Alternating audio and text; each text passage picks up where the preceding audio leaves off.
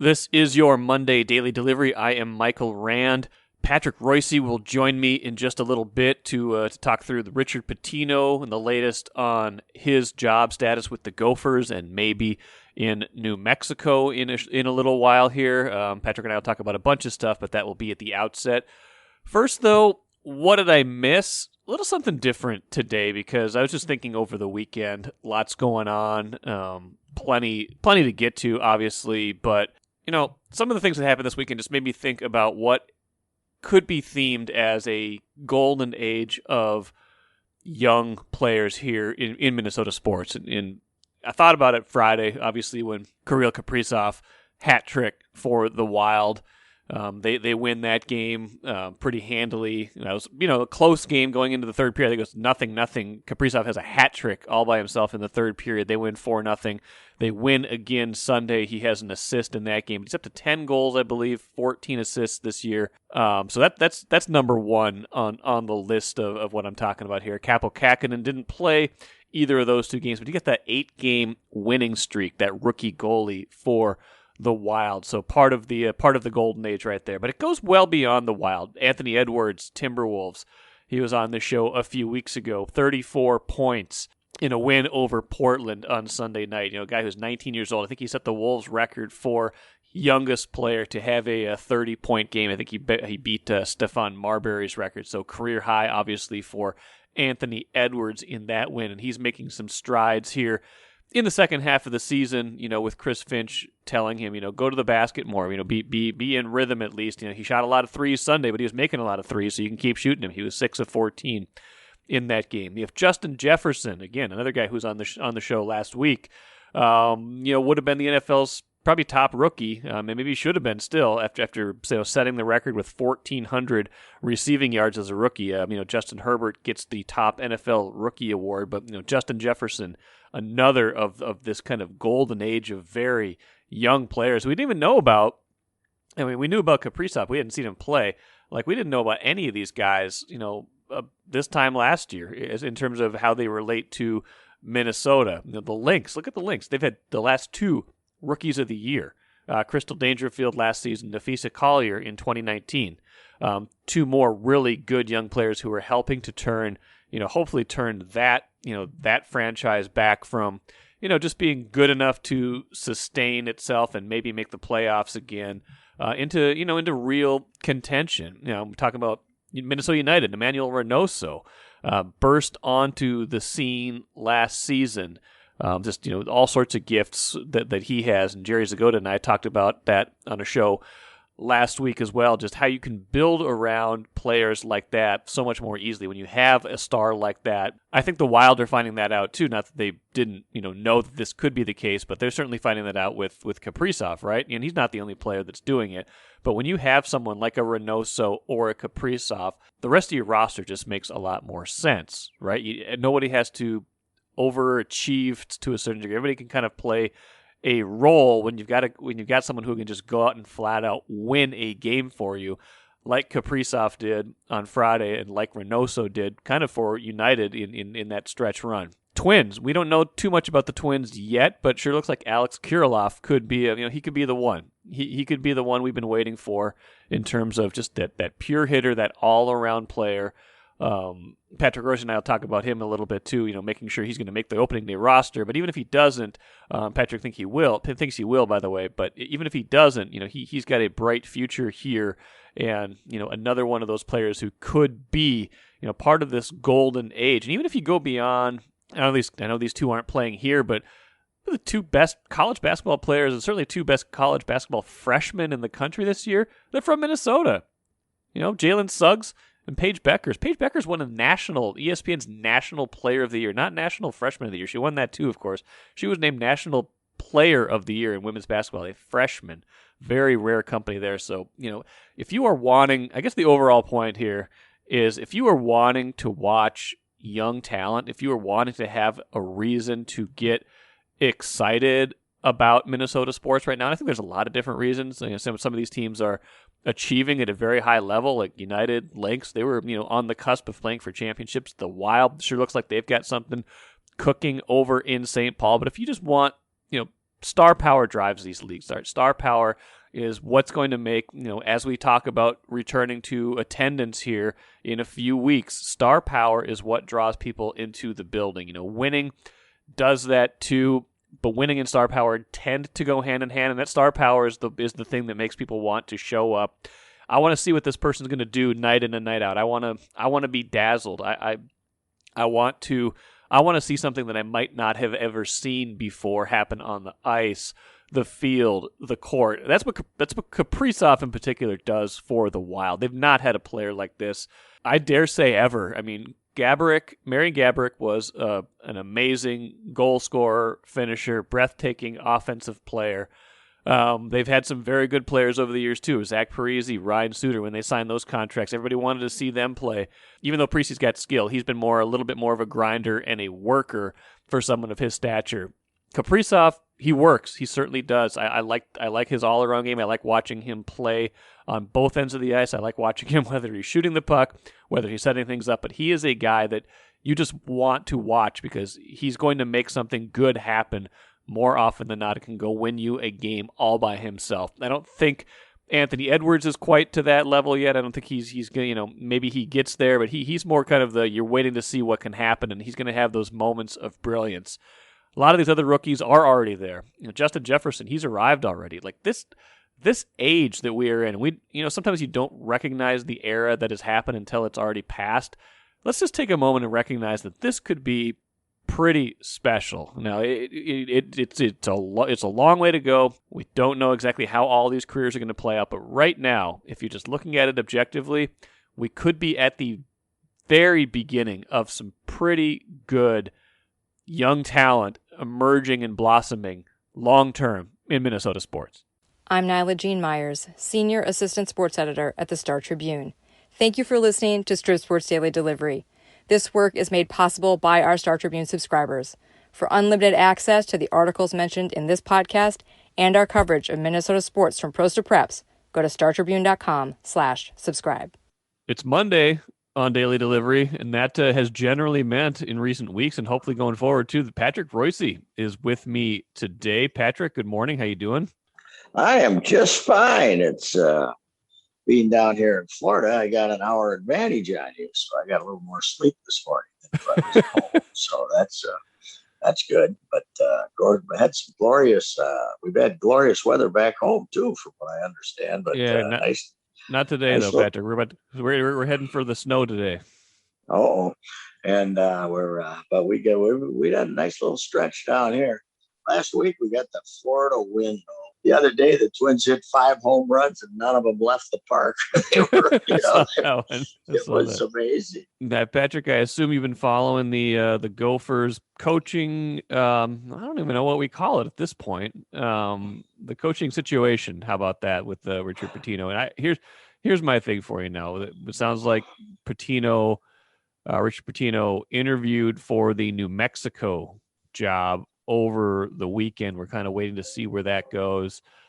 Patrick, this would be an all-time finesse on the part of Mark Coyle, would it not? If he can convince young Richard to take this job and avoid having to pay a buyout on what is essentially a firing. I would imagine he has to pay kind of a difference. I don't think he'll get completely out of the buyout, the 1.75, but he'll get out of most of it. New Mexico's got to pay you one, don't they? 1.25. I don't know if it's quite that. It was maybe a little bit less than one. I was looking at the New Mexico paper was had some pretty good details on what the old coach was making, but yeah, maybe around one is probably about right. Yeah. So, they get out of it, but it's going to be interesting to see how they spin it. That Richard has decided to leave the Big Ten and take the prestigious job in New Mexico. And we certainly wish him the best. But they're not going to say they fired him. So we know that. And New Mexico, was a very good program at one time. And they're still okay. And they have a rabid fan base down there. Oh yeah, and they, he'll have to go down there and can win. And that league's not bad. That league's got not like the Big Ten, but they got the first division's always kind of tough. San Diego State, Utah State, a lot of Colorado State's been doing well. So it's no cinch. Great arena down there, the Pit, just like Williams Arena. That's where NC State beat Houston. I was there for that, and that's one of the last ever tournaments played in a basketball arena. It was 84, right? 84, because next year was next year they played in Kansas City, 85. So 84. It's a great arena, and he's got some connections there. It's supposedly Billy Donovan. Billy Donovan was kind of his sponsor to get the job with the Gophers, and close to the family, and played for the old man at Providence, the first 3-point shooting team to go to the Final Four. Right. And he's got, apparently that gives him a connection there. But you've read some stuff like this has been in the works for 2-3 weeks. So I don't know. It's interesting. So, it's kind of like the reverse Tubby, or the Tubby the other way, right? Because Tubby came here and everyone was like, "Yeah, here we got him. We got our guys." Like, yeah, kind of. Yeah, it is right. Left Kentucky for Minnesota. Not quite a lateral move, even. He wasn't going to get fired at Kentucky that year, but sure. he was he was on double secret probation for one more year. They were down on him, and it was a soft landing for Tubby. I think Tubby's best days were obviously behind him by the time he got here. And but man, talk about a lifer. Struggling along in the second division with high points. He's still coaching Tubby. I don't know. He's taken 5 teams to the tournament. I think Rick Pitino just tied that record by taking Iona there, getting them there this weekend. I don't know. Iona was like the second best team in that league, but they ended up being a 9 seed because they did something with their COVID-19 cases that if you didn't play enough games, you went down in the standings or something. I don't know. But it is you're right. They're Coyle was in no hurry. Coyle probably told him, "Hey, I'll wait till April. I'll wait till May 1st and fire you rather than give you the full 175." So he's got to be. We can sugarcoat it. We can talk about a couple of NCAA tournaments that the NIT the first year when he inherited a pretty good club. But the fact of the matter is the guy was a failure. You look at the record. You can't 30-some games under 500 in the Big Ten. That's not success anyway. And he didn't inherit an empty cupboard. That team had won a NCAA game. He brought in a couple of players to help that team his first year here. But I think he's looked at in a kinder view around here than Munson. But he might not have been as good as Munson. I'd have to look at the records, but I think we just had higher standards when we had Munson than we've had with Pitino, because I would say that he certainly was no better than Munson, and maybe a little bit worse. So you got to get the right guy. I don't know. I had a friend out there that was hanging around the Mountain West out in Las Vegas, and had talked to Dutcher. Dutcher claims they have received no attention from the Gophers. He has no contact now, whether his agent has been called or not. He had that Craig Smith out there who's supposed to get the Iowa State job, somebody said. And, there's a lot of Pitino talk out there because the Mountain West is the conference he'll be going to. I don't think Coyle's going to hire Brian Dutcher. I don't think. Yeah, that was the impression I got from talking to Chip the other day too for this show. Chip was on Friday's show, and he talked about a whole lot of guys before he talked about Dutcher, and it kind of surprised me. I just think he's going to hire the 40-year-old, don't you? The 41-year-old, 42-year-old. He doesn't have to pay him as much money. Brian will be 62. Yeah. When when next season opens. Yeah, he loves San Diego. I don't think it'll be heartbreaking for him. I think he'd come back, but he's not going to come back cheap. So right. I think he can go cheaper and take his chances. I don't know. I think Porter Moser's probably the front runner. Although if Loyola wins a couple of games in the NCAA tournament, the price of poker is going to go up on him because he's going to be a hot ticket. Well, we'll see. It's playing out a little slower than I thought it would, right? Because we were all kind of on watch. They lose to Ohio State on Thursday afternoon, and everyone's like, okay, what's happening next? And then now we're just kind of hanging out and waiting to see what happens. But it's this New Mexico thing is why it's on watch, right? I mean, he's Coyle. He drives me nuts because a lot of times when he should open his mouth, he won't say anything. He's not a salesman for the school, but he, in his own way, is a pretty sharp operator. He goes and gets who he wants. Mm-hmm. No search committee. And he had Louis help him get Motzko, but Motzko would have crawled down here from St. Cloud to take the job. So, but he figures out who he wants and he goes and gets them. And I kind of like that system rather than Joel Maturi flying around the country with Dave Mona or Norwood Teague going down to option 7. Yeah, right. Maybe that's what Villa 7 meant. 7. Maybe that's what Villa 7 meant. We'll get you your 7th choice. Mm-hmm. So anyway, it's time. Fresh start. Let's go. Let's get somebody in here. I'm intrigued by the guy at Cleveland State, 41 years old. It's full of fire, Dennis Gates, and but again, not a lot of experience. Only 2 years as a head coach. He worked with Leonard Hamilton down there in Florida State. Supposedly he's a good recruiter. But that's the kind of guy. This guy. I don't think he's going to hire anybody higher profile than Porter Moser. Yeah. Do you? No. That's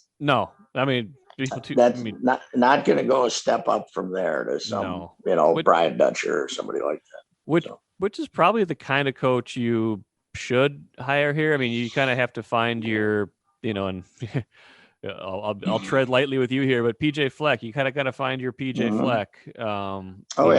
But the up and comer that will stay for a while and build this thing up, because you got to build something here. You're not walking into something where you're just trying to keep momentum going. You've got some pieces to build around, but I'll take a Fleck type if he has no acronyms. If you have any spin on family, forget about me. I love you. Then I'm not hiring. If you just want to come in here, talk straight with a lot of enthusiasm, let's go. How about Indiana? Yeah. They desperately want to fire that guy who's supposed to be the most boring human being in the world, Archie Miller. $10.3 million. That's amazing. Yeah. I mean, there's some, if he gets another job, they can deduct that, and there's some other ways for him to deduct it, but the straight buyout to fire this stiff, and he's terrible, is $10.3 million. That's amazing. Patrick, Friday, it happened maybe 2 hours before this, or 2 hours after the show went live. The Governor Walz and state came out with their guidelines for fans coming back to games. I think you wrote about it a little bit. The fan can't come back soon enough. The atmosphere. Twins 10,000 fans roughly. Even Wild and Wolves getting 3,000 fans starting in early April. What do you as we kind of inch back towards that? What as you've watched things without any fans in the stands and now seeing a little bit of it with actual spectators down in Florida, what were we missing, I guess, in the last year? Because if you're watching on TV, you get some sense of it, but what do you think we were missing at that point? We were just talking earlier, college basketball. I've watched so little of it this year; it's unbelievable. I don't care. Right. I think not having fans is part of it. I think hockey, even though we have the one of the greatest hockey teams ever assembled in St. Paul right now, the way it looks. I mean, these guys are a machine. You watch hockey, and when you can hear the puck going around the boards and stuff like that, and then the phony music and the whole deal, I just I think we just miss the fact that there's a great old sports columnist who died long ago at the Boston Globe named Ray Fitzgerald in the 70s. He died young, but he was fantastic. And I once. A friend of mine once quoted him as saying, everybody talks about sports being the toy department, blah, blah, blah. It's not that important. And Ray Fitzgerald said, sports are important because people are there. And meaning large numbers of people. Yeah. And, not having large numbers of people certainly has made it less interesting. It's been kind of fun in Florida. I've mostly been sitting up in the press box and over in a corner, and they got just the right crowd with 2,500 where you can hear the leather young lungs. The guy with the mouthy guy screaming stuff. But not just you, the man, or something like that. I mean, well thought out barbs or comments about, guy's family or something. The old time fan. It's been just enough of that to hear. It's been kind of fun. I might have been one of those people in my younger days, Patrick. Oh, yes. I remember way back when a friend of mine who actually worked for the team, but, nobody knew who he was. But the Twins Farm Club was in Toledo. And when some guy, you were drawing 5,000 a game at that stadium, and some guy'd pop up with the bases loaded, and he'd bellow out, Toledo! The baseball it just wasn't as much fun. It wasn't as much fun. Traffic getting in and out of the parking lot, that's fun.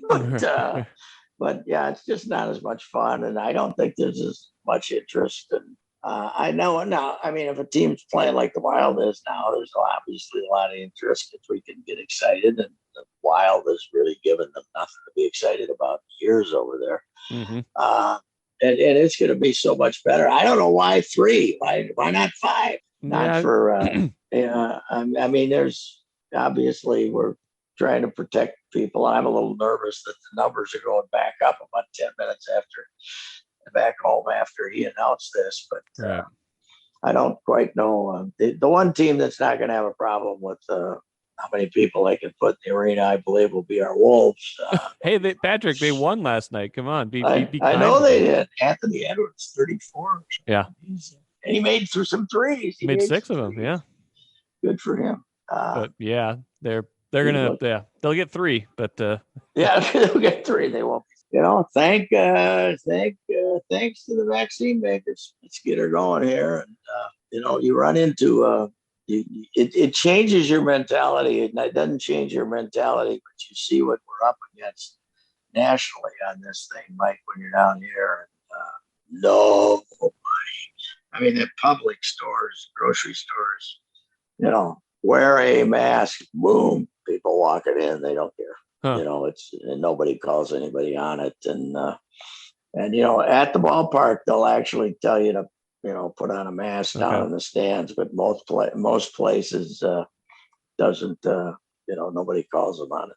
I was watching golf in the local bar here, Potts, yesterday, and nobody even walked in with a mask, much less.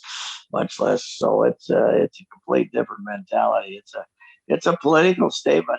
I guess I didn't realize what a raging political issue mask wearing was until I got down here. But some people are offended if you're wearing a mask.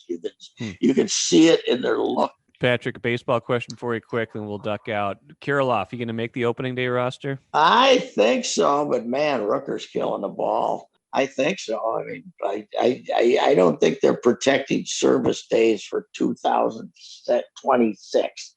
Okay. It's to me, it's the problem is, who's if Rooker makes the team, does Jake Cave then not make the team? Right. And does Louis arise? Is he your only extra infielder? And there's a horrible rumor floating around that they won't say, but that they might open with 14 pitchers. Yeah, which would leave a 3-player bench. Yeah. Which would leave a catcher, one infielder, and then both Rooker and Cave can't be on the team. I don't know. I can't believe it. Yeah. Who knows? All I care about. But I like this team. I've gotten. Donaldson's killing the ball if he stays healthy. Cruz looks good. The Buxton comes back now that he's got new teeth. He's he hit a home run right off the bat. Okay. And Maeda and Barrios have just been out of their minds this spring. It's such a short sample, but you can just. I'm not judging them on more than the way they're throwing the ball. Yeah, with Barrios at 97 one time, didn't he? That's a little something for him. To see them throwing the ball as they are is, Maeda's he's a pitcher, man. He's got about 5 different pitches, and and Barrios is throwing. That's the best I've ever seen him throw. Yeah. And as far as velocity and stuff. So you got 2 guys like that. Doesn't look like Glenn Sparkman's going to be the next Whistler. Glenn, yesterday was supposed to be the last day or the day before that you could walk off. You could have the walk off. Yeah. You could just end the inning. Yep. Glenn pitched 3 times. He had 2 walk-offs. He had, you look at the stats, he's got credit for 3 innings, but he's actually only got 4 outs all spring. They give you one time he got none, the other time he got 1, but they give you credit. They give you credit the box score for all the outs. It's the goofiest thing ever. But we've now started referring to those innings as Spartans. He had a Spartan. He might have been the Grapefruit League leader with 2, certainly. 2 Sparkmans. 2 Sparkmans. He had 2 Sparkmans. So unbelievable. But hey, I think we should be optimistic about sports back home, should we? I wrote this the other day. We got hell of a hockey team. There's something going on here. I think only D'Angelo Russell would probably be the only thing that could screw up the progress the Wolves are making, him getting healthy. And Twins look like a good ball club, and we're going to get a new basketball coach at the Gophers. What could anybody complain about? Things are looking good. Well, let's end on that positive note. Patrick, awesome. Appreciate you joining me on Mondays, and enjoy the sunshine while we slush through our Monday here, and take care, all right? Well, come on. You deserve a little bad weather. It's March. We don't come down here so you guys can enjoy things back home. That's true. Right. That's true. Thanks, Patrick. That will do it for today. Love talking to Patrick on Mondays, as always. I've heard from a lot of listeners who love that as well, so we'll try to keep that going as much as possible. We'll be checking in on Richard Pitino watch all week. I hope to have Lindsay Whalen on Thursday's show to talk to her about Gopher women's basketball and get some other observations from her around the world of sports. I should be joined by Ryan Longwell at some point this week, too. Always love talking to Ryan, former Vikings kicker, for a little bit of a breakdown of Vikings special teams and the history of that. And he's just a really a smart guy. But in the wake of Dan Bailey's release recently, I want to talk to Ryan as well. So a lot of good shows coming up this week. Vikings free agency starts. We'll talk brackets, NCAA at some point here, too. So thanks for listening today to Daily Delivery. A lot of good shows this week, and we'll catch you again on Tuesday.